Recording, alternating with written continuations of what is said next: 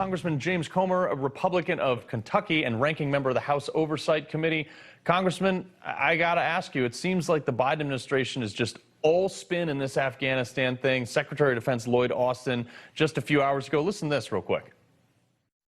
The United States evacuated some 6,000 American citizens and a total of more than 124,000 civilians. And we did it all in the midst of a pandemic and in the face of grave and growing threats. I am incredibly proud of those who made it happen. For dry eyes, choose clear eyes. Congressman, is this perhaps not the guy to deliver, maybe some message of uplifting news? No, nothing they've done has been appropriate. He has been all over the board. The president has been all over the board. Their numbers don't match up. If you add the numbers each day from the total evacuees, what they report, and then their final report, their numbers don't add up. Prior to the withdrawal, there was no implication anywhere near 100,000 evacuees. They have been all over the board. They don't know how many Americans are still remaining in Afghanistan. And I'm concerned that there's not a proper vetting process for the 100,000 they've already evacuated. So this is a disaster.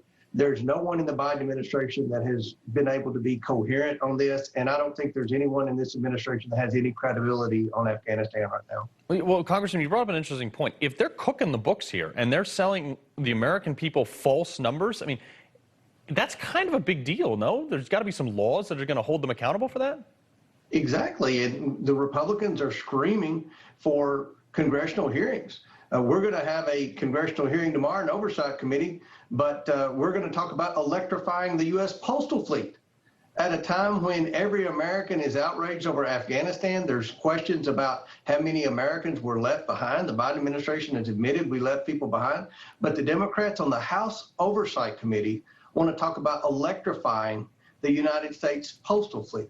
So the amount of disconnect between reality among Democrats in Washington and what's really going on in Main Street has never been higher. Now, it's interesting, too, is they want to talk about electrifying the fleet of Postal Service trucks, and we just handed over $1 trillion lithium mine in Afghanistan, probably over to China.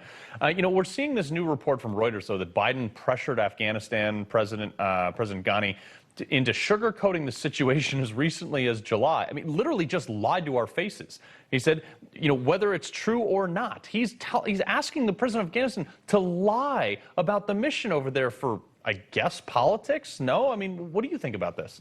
Well, it's concerning on two fronts. Number one, he lied to the American people. And number two, if Biden knew that it was that bad over there, then why didn't he have reinforcements? Then why didn't we have a better plan? Why didn't we have a plan B if the Afghani forces were not going to fight the Taliban when they approached Kabul? Right. There are so many questions that Joe Biden needs to answer, and the fact that he won't even take questions from the press corps, who's always been extremely friendly to Joe Biden, is very concerning. We want a congressional hearing. We should have 6 committees in the House of Representatives meeting today, right now, in a transparent manner, in a bipartisan manner, getting the questions that people in America deserve to have the answers for. Yeah, and so Psaki was pressed on this earlier. I want you to take a listen to this. Was the president in any way pushing a false narrative in that call with the Afghan president? I think it's pretty clear. Again, I'm not going to go into details of a private conversation, but what we saw over the course of the last few months is a collapse in leadership. And that was happening even before Ghani left the country. What the president has conveyed repeatedly, privately, and publicly is you need to stand up and lead your country. And that's something he said at a press conference in July in public forum as well. I know it's weird that Jen Psaki's not going to go into details about something and also that she's not going to answer the question that was actually asked, but what do you make of this? Well, I can only imagine if that were Donald Trump's press secretary, what the mainstream media would be saying right now. But it's another concerning element of this whole situation when you look at the amount of money that former President Ghani left the country, fled the country with.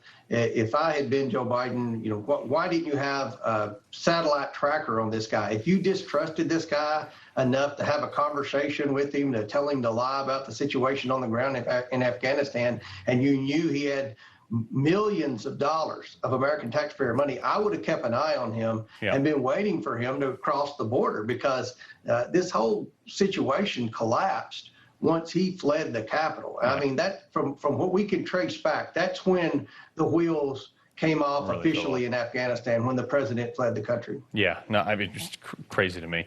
Congressman James Comer, keep up the good work, sir. We appreciate you coming on. Thanks for having me on. All right.